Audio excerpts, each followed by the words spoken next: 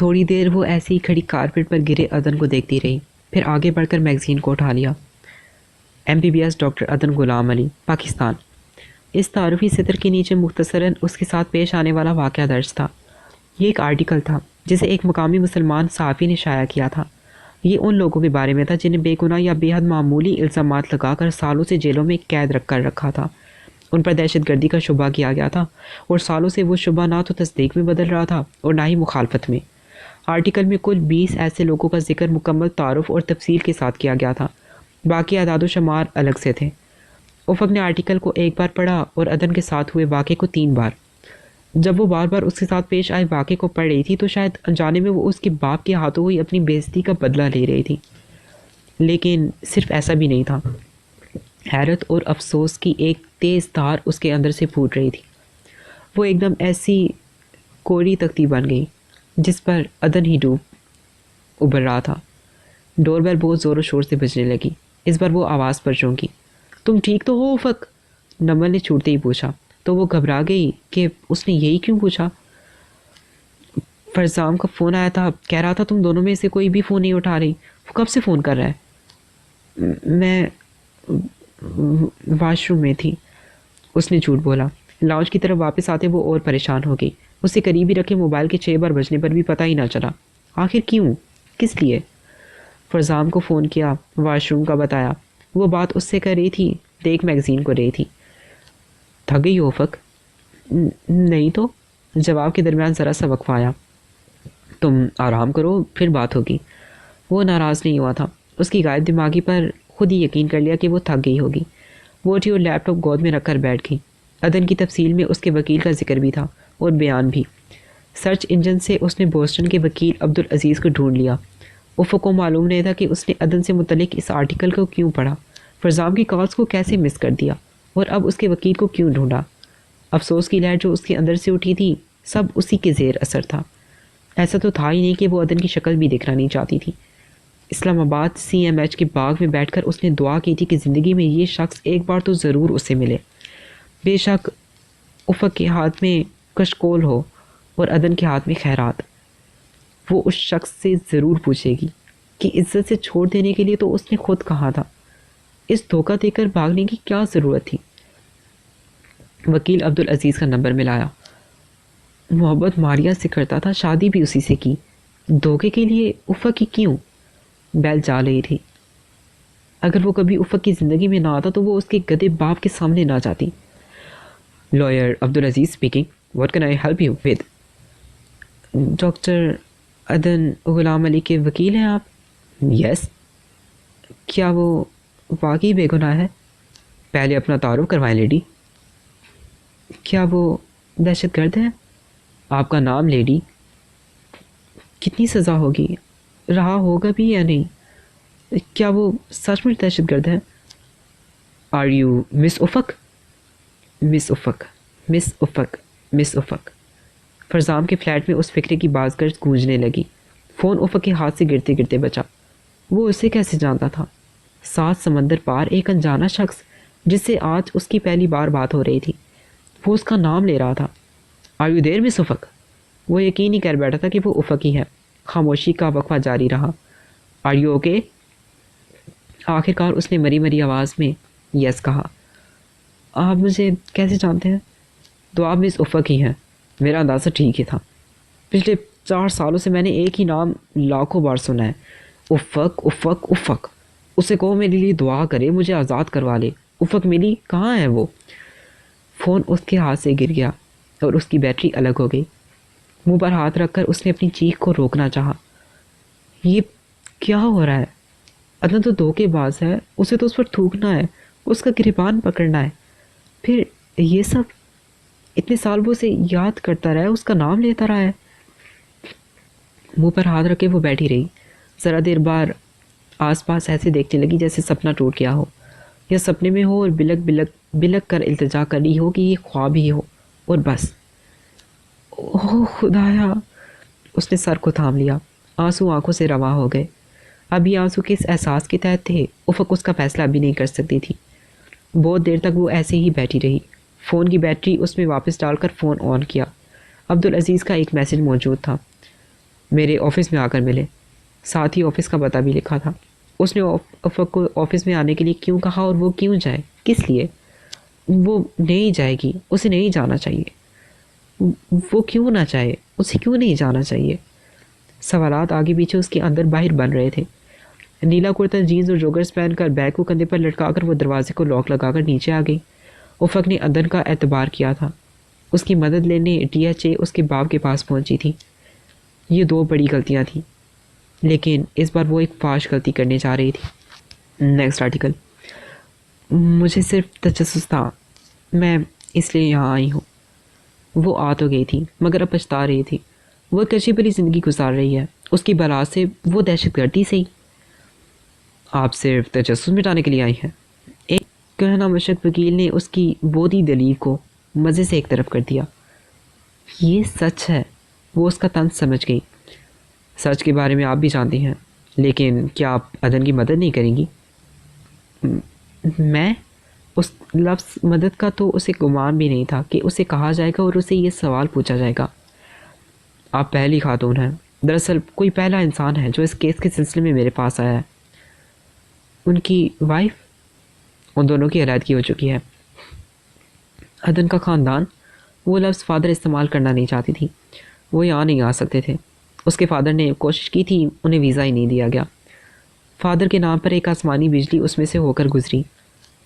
میری جب بھی اس سے ملاقات ہوتی ہے، اس کا پہلا سوال یہی ہوتا ہے، کیا افق ملی؟ کہاں چلی گئی وہ؟ مس افق، اسے آپ پر بہت یقین ہے کہ آپ اس کے لیے بہت کچھ کر سکتی ہیں۔ آپ دوست ہیں اس کی؟ افق نے گھور کر اسے دیکھا، وہ خاموش سا ہو گیا۔ میں نے بہت سے این جی اوز اور قانونی اداروں کو خطوط لکھے ہیں، لیکن کسی کی طرف سے کوئی تعاون نہیں ملا۔ اس کا کیس اتنی سست روی کا شکار ہے کہ اگر فیصلہ اس کے حق میں ہو بھی گیا تو سالوں لگ جائیں گے۔ آپ ادن کی مدد کریں گی مس افق؟ پھر وہی سوال۔ افق بری طرح سے چڑھ گئی۔ میں کیوں؟ آپ اس کی مدد کرنا نہیں چاہتی؟ اس نے آرٹیکل پڑھتے وکیل کو ڈھونڈ نکالا تھا، اس کے پرسنل نمبر پر فون کیا تھا، اس کے آفس آ گئی تھی اور اب مدد کے نام پر اتنا چڑھ رہی تھی، ہاں نہ نہیں کر رہی تھی۔ جس نفسیاتی کیفیت سے وہ گزر رہا ہے، اسے یقین ہے کہ صرف آپ ہی اسے آزاد کروا سکتی ہیں۔ آپ اس کی امید ہیں، اس کا یقین ہے، اس کا ماننا ہے کہ آپ سب کچھ کر سکتی ہیں۔ یہ غلط ماننا ہے۔ افق کی آواز تیز ہو گئی۔ اس نے کہا آپ اس کے لیے دعا کریں گی۔ اللہ ہر بے گناہ پر رحم کرے۔ اس سے چھوٹی سی غلطی ضرور ہوئی ہے، لیکن وہ دہشت گرد نہیں ہے۔ اللہ ہی بہتر جانتا ہے۔ جو جانتا ہے اسے بتانے کے لیے وہ خود زمین پر نہیں آتا، بندوں کو ہی سچ اور جھوٹ ثابت کرنے کی کوشش کرنی ہوتی ہے۔ تو پھر یہ آپ کا کام ہے؟ مطلب افق نے انکار کر دیا۔ آپ کس کام سے میرے پاس آئی ہیں؟ بہت تعمد سے پوچھا گیا۔ وہ دونوں اس کے آفس میں ایک طرف رکھے صوفوں پر آمنے سامنے بیٹھے تھے۔ ایسے ہی وہ آ کر وہاں بیٹھ کر یہ سوال سن کر پھر پشیمان ہو گئی۔ ایسے ہی؟ اصرار سے پوچھا گیا کہ ثبوت دو کہ یہ ایسے ہی ہے۔ اس سوال اور انداز پر افق نے کوئی اور رد عمل نہیں دکھایا۔ وہ اٹھ کر جانے ہی والی تھی۔ آپ دونوں پاکستانی ہیں، مسلم ہیں۔ وہ آپ کو جانتا ہے تو آپ بھی اسے جانتی ہوں گی۔ پاکستانی کمیونٹی میں سے کوئی اس کے لیے آگے نہیں بڑھ رہا۔ آپ لوگوں میں مدد کرنے کا جذبہ ہی ختم ہو گیا ہے۔ میرے پاس ایسے 3 اور کیسز تھے، وقفے سے تینوں ختم ہو گئے۔ کمیونٹی نے، این جی اوز نے اس کی بہت مدد کی۔ کچھ اور بڑے نام سامنے آئے۔ 2 کا تعلق تھائی لینڈ سے تھا، ایک کا سربیا سے۔ کیا سب پاکستانی سو رہے ہیں؟ کیا سب مسلم سو رہے ہیں؟ کیا آپ دونوں میں اتنا سا تعلق بھی نہیں ہے کہ آپ؟ میرا اس سے کوئی تعلق نہیں ہے، وہ درمیان میں ہی بولی۔ انسان تو ہیں آپ دونوں، تعلق نہیں ہے، انسانیت کا رشتہ تو ہے۔ 5 سال سے وہ ایڑیاں رگڑ رہا ہے، 2 بار خودکشی کی کوشش کی ہے، نفسیاتی دورے پڑتے ہیں اسے، خود کو زخمی کر لیتا ہے، دیواروں سے سر ٹکراتا ہے، چلاتا ہے، روتا ہے۔ چند ہفتوں بعد زخمی ہو کر وہ اسپتال ضرور جاتا ہے، اور اس پر بھی وہ جب بھی مجھے ملتا ہے تو کیس کا نہیں آپ کو پوچھتا ہے۔ وہ اس امان کے بارے میں بات کرتا ہے جسے افق جانتی ہے۔ اس کے لیے کچھ بھی کر سکتی ہے تو کریں، شاید تھوڑا ہی بہت ہو۔ اگر پاکستانی کمیونٹی کو اس بارے میں بتا سکتی ہیں تو بتائیے، انہیں جگائیں، اس سانے کو سب کی نظروں میں لائیں، انسانیت کے ناطے، رحم کے ناطے، چیریٹی ہی سمجھ کر، خدا کے لیے۔ افق یہ سب ایسے سن رہی تھی جیسے اپنی کسی بیماری کے بارے میں ہدایات سن رہی ہو، ایسی بیماری جس کا اسے علاج کروانا ہی نہیں۔ رات بھر وہ خواب میں ڈرتی رہی تھی۔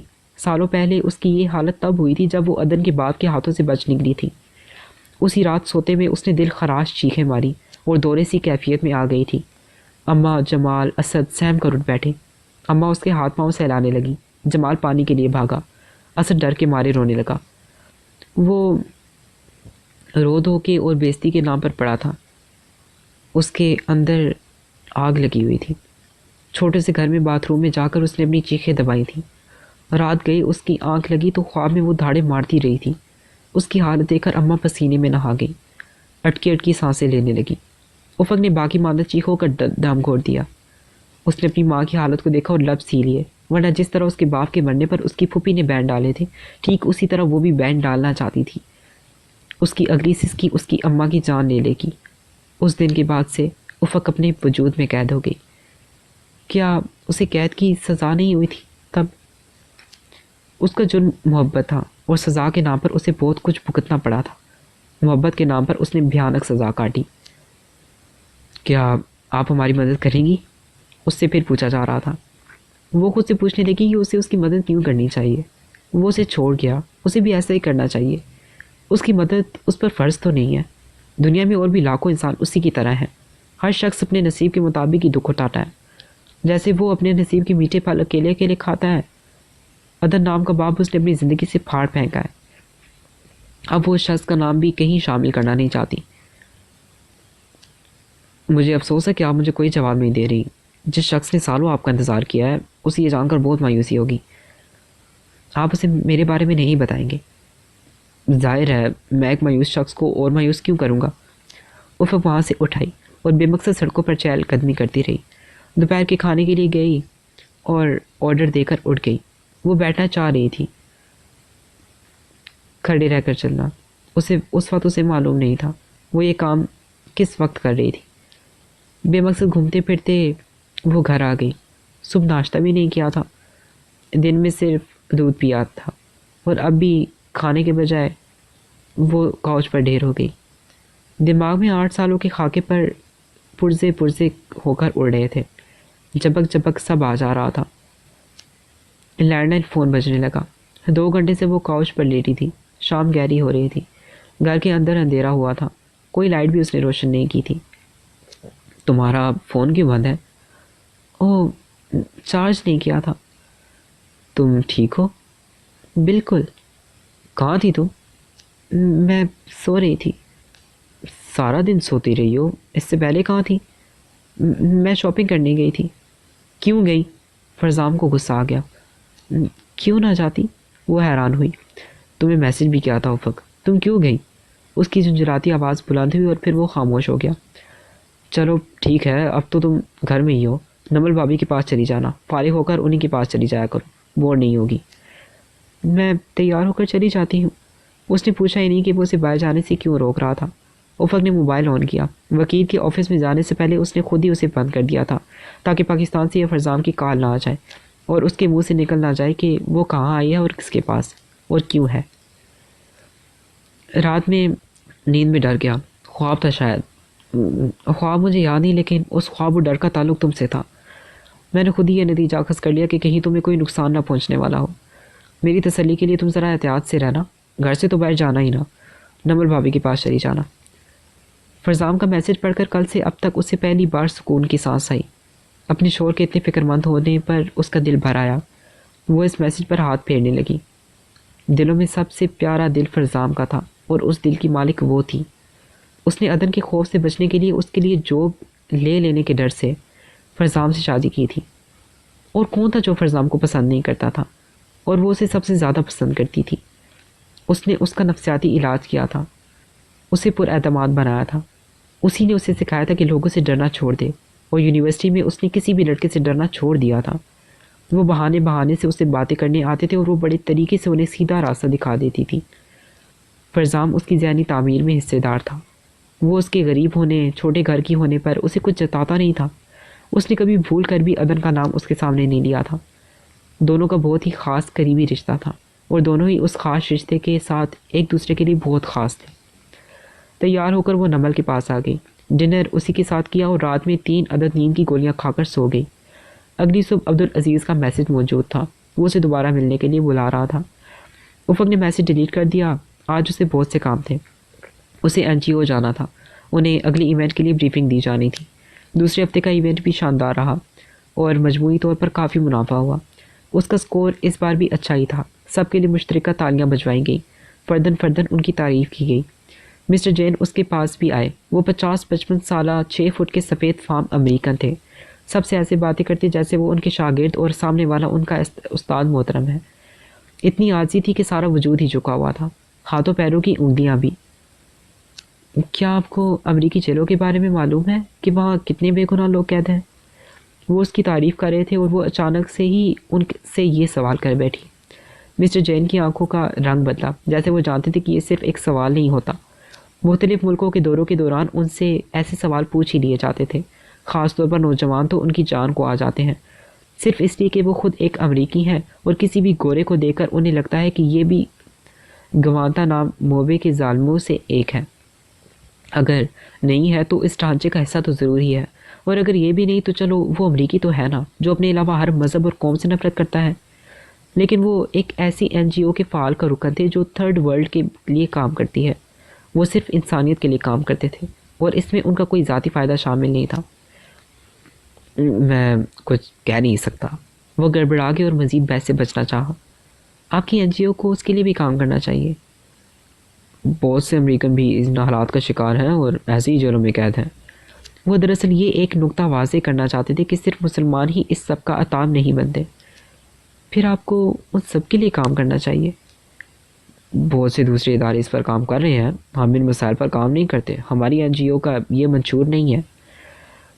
میں آپ کے لیے اتنی محنت کر رہی ہوں مسٹر جین، آپ کو بھی ہمارے لیے کچھ کرنا چاہیے۔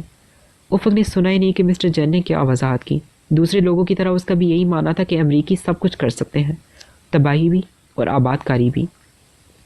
آپ کے لیے کیا؟ اس بات پر وہ اور الجھ گئے۔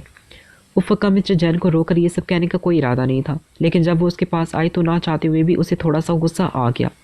اسے آرٹیکل میں موجود باقی لوگوں اور دوسرے اعداد و شمار کا خیال بھی آیا۔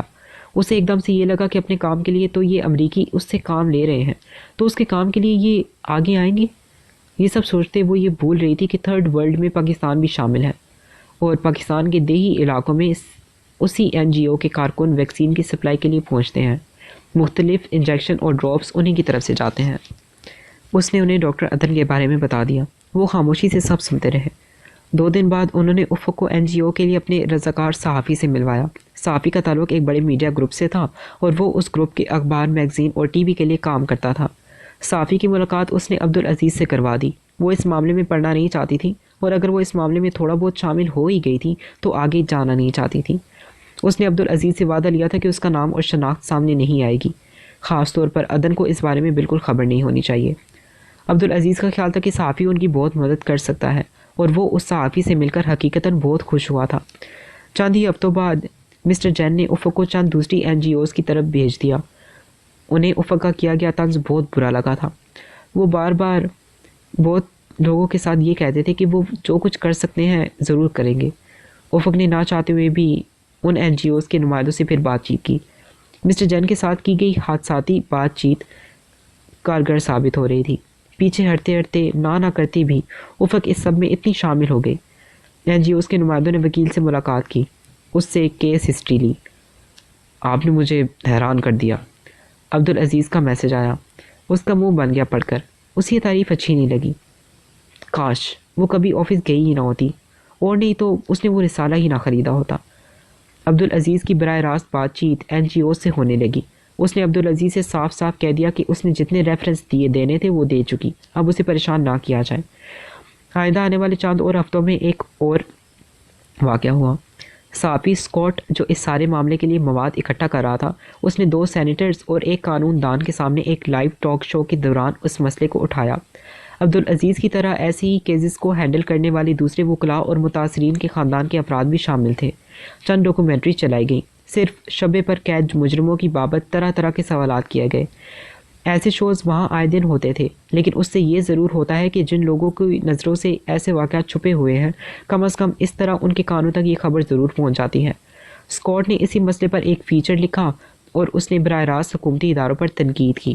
چند اخبارات نے نئے سرے سے عدن اور اس جیسے کیسز کے بارے میں خبروں کو نمایاں جگہ دی۔ سالوں سے قید ملزموں پر لوگوں کو بہت ترس آیا۔ یہ ان جولوں میں بند کسی اور کے لیے وسیلہ بن رہا تھا یا صرف عدن کے لیے، یہ قدرتی بہتر جانتی تھی، لیکن اس تھوڑی سی حرکت سے شاید کسی کو بہت فائدہ ہونے والا تھا۔ این جی او کا ایک نمائندہ جا کر عدن سے جیل میں ملا۔ اسی این جی او نے مختلف کمیونٹیز کے لوگوں کو اکٹھا کر کے واک کا اہتمام کیا۔ افق کو بھی بلایا گیا، لیکن افق نہیں گئی۔ اب تو اسے ڈر لگنے لگا تھا۔ وہ یہ نہیں چاہتی تھی کہ اگر ایسے کیسز حل ہو جائے تو منظر عام پر اسے لایا جائے کہ یہ سب اس کی وجہ سے ہوا ہے، اور نہیں تو کوئی صحافی اسی کے پاس نہ آ جائے انٹرویو لینے۔ سڑک پر چلتے اگر کوئی اسے ایسے ہی دیکھ لیتا تو اسے یقین ہوتا کہ وہ کہہ رہا ہے کہ اچھا وہ تم ہو جو عدن کے لیے اتنا سب کر رہی ہو۔ کون ہے عدن تمہارا؟ نہیں، میں نے کچھ نہیں کیا، اگر کیا تو ترس کھا کر، انسانیت کے ناطے۔ پھر اسے جانے کی کھوکھلے کہہ بلند ہوتے سنائی دیے۔ بہت دن گزرے، اسے عبدالعزیز کا فون آیا۔ عدن ٹھیک ہی کہتا تھا کہ افق ہی اسے آزاد کروا سکتی ہے۔ وہ شاید اس کے تعاون کا اپنے الفاظ میں شکریہ ادا کر رہے تھے۔ میں نے کچھ نہیں کیا، وہ تقریباً چلا اٹھی۔ آئی ایم سوری، آپ ناراض مت ہوں۔ عبدالعزیز گھبرا گیا۔ افق شرمندہ ہوئی۔ میں ناراض نہیں ہوں، کیونکہ میں نے کچھ کیا ہی نہیں ہے۔ میں نے صرف آپ کے کہنے پر چند این جی اوز کو اس مسئلے کے بارے میں بتایا تھا۔ جو کچھ کیا ہے وہ آپ نے اور ان لوگوں نے کیا ہے۔ آپ پلیز مجھے کریڈٹ نہ دیں، نہ ہی آپ میرا نام سامنے لائیں۔ آپ نے مجھ سے وعدہ کیا تھا کہ آپ میرا نام ظاہر نہیں کریں گے۔ میں اپنے وعدے پر قائم ہوں مس افق، آپ مجھے وعدہ خلاف نہیں پائیں گی۔ چند اخبارات میرا انٹرویو لے چکے ہیں۔ عدن کے فادر سے میں نے فنڈز منگوائے ہیں۔ یہی صحیح موقع ہے کہ ان این جی اوز کو فنڈز دیے جائیں، اس سے خاطر خواہ فائدہ ہوگا۔ چند پاکستانیوں نے رابطے کیے ہیں مجھ سے، وہ ہر طرح کے تعاون کے لیے تیار ہیں۔ آپ مجھے دوبارہ فون نہیں کریں گے؟ اس نے ساری تمیز تہذیب کی ایک طرف رکھ کر کہا۔ ٹھیک ہے۔ اس نے فون بند کر دیا۔